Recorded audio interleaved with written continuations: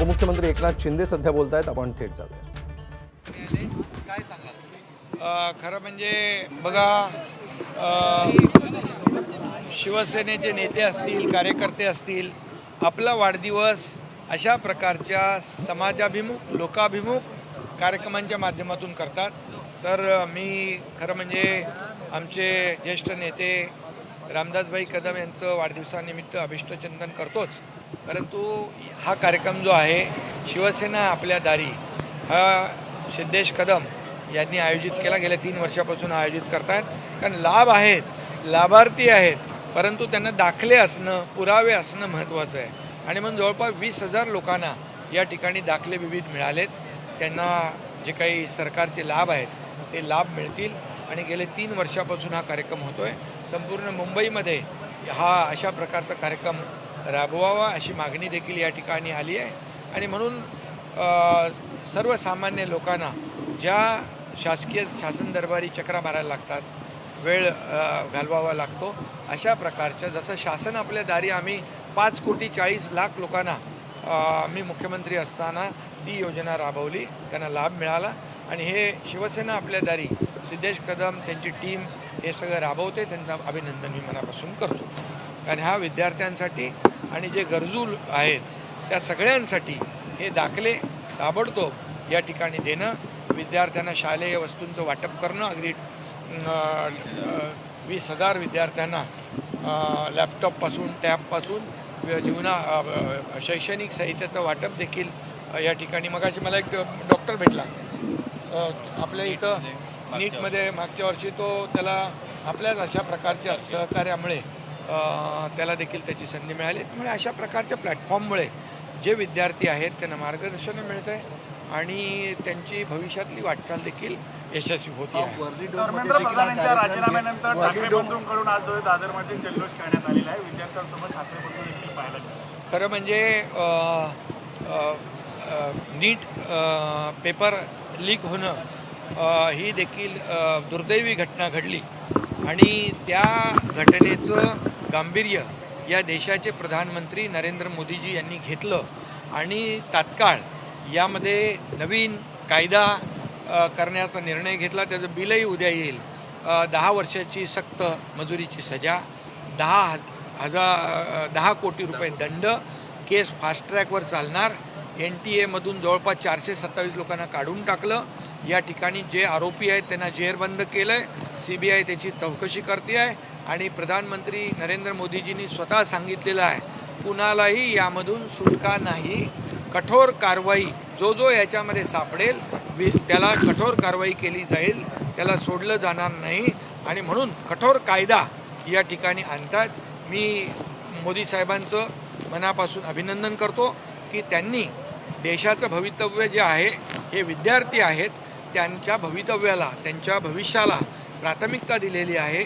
आणि हे त्यांना या अशा प्रकारचा जो काही न्याय दिलेला आहे.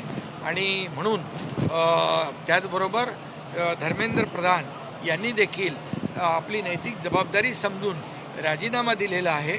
हा देखील आपण एक जी घटना झालेली आहे यामुळे विद्यार्थी यांच्या प्रश्नांना, त्यांच्या भावनांना प्रधानमंत्री नरेंद्र मोदीजी यांनी प्राथमिकता दिलेली आहे.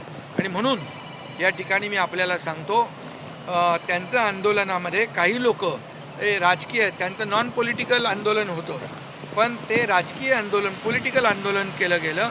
या ठिकाणी जी आंदोलनं झाली आपल्याला माहीत आहेत की काही लोक जंतर मंतरवर न जाता प्रधानमंत्र्यांच्या निवासस्थानाकडे गेले.